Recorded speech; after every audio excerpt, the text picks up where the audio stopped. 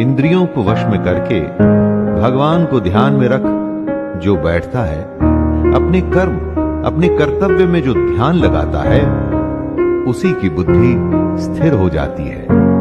वो ईश्वर अपने लक्ष्य के समीप हो जाता है। दोस्तों, अगली बार आप कुछ भी करें ना, तो ये देखिएगा कि वो काम आपकी इंद्रियां आपसे करवा रही हैं या आपका कर्म वो करवा रहा है। आप खुद ही समझ जाएंगे कि श्री कृष्ण क्या कहना चाहते हैं। इंद्रियों के वश में न होकर उन्हें अपने वश में करने पर ही आप अपनी बुद्धि को स्थिर कर पाएंगे।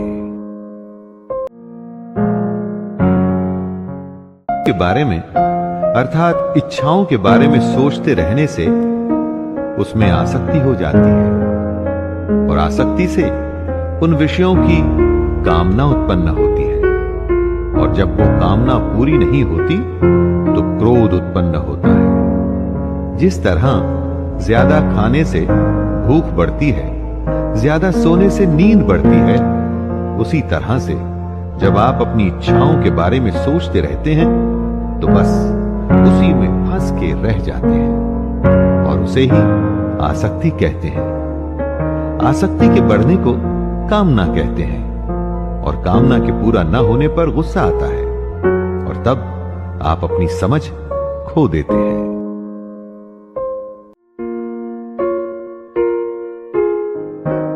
सोचने की शक्ति कम हो जाती है। मूढ़ भाव से स्मृति में भ्रम हो जाता है।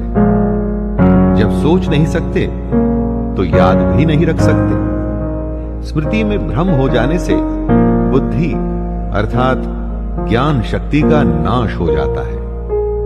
जब याद नहीं रख पाएंगे तो ज्ञान किसी काम नहीं आएगा, बुद्धि बेकार हो जाएगी और बुद्धि का नाश हो जाने से पुरुष अपनी स्थिति से गिर जाता है।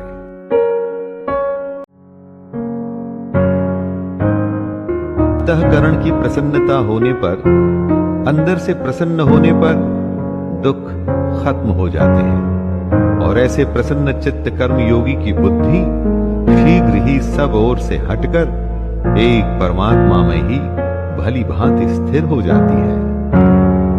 दोस्तों, आप अपने लक्ष्य के बारे में सोचिए, प्रयास करिए कि उसे सबसे अच्छा, पूरी दुनिया में दी बेस्ट, सबसे श्रेष्ठ उसे कैसे कर सकते हैं और उसे पूरा करने में लग जाइए।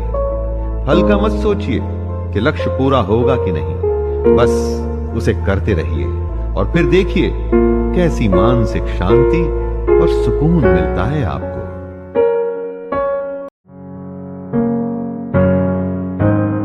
जो पुरुष अपने मन या अपनी इंद्रियों को नहीं जीत पाते, उनमें निश्चयात्मिका बुद्धि नहीं होती, यानी कि वो स्पष्ट और सटीक निर्णय नहीं ले पाते। ऐसे मनुष्य के अंतःकरण में भावना भी नहीं होती।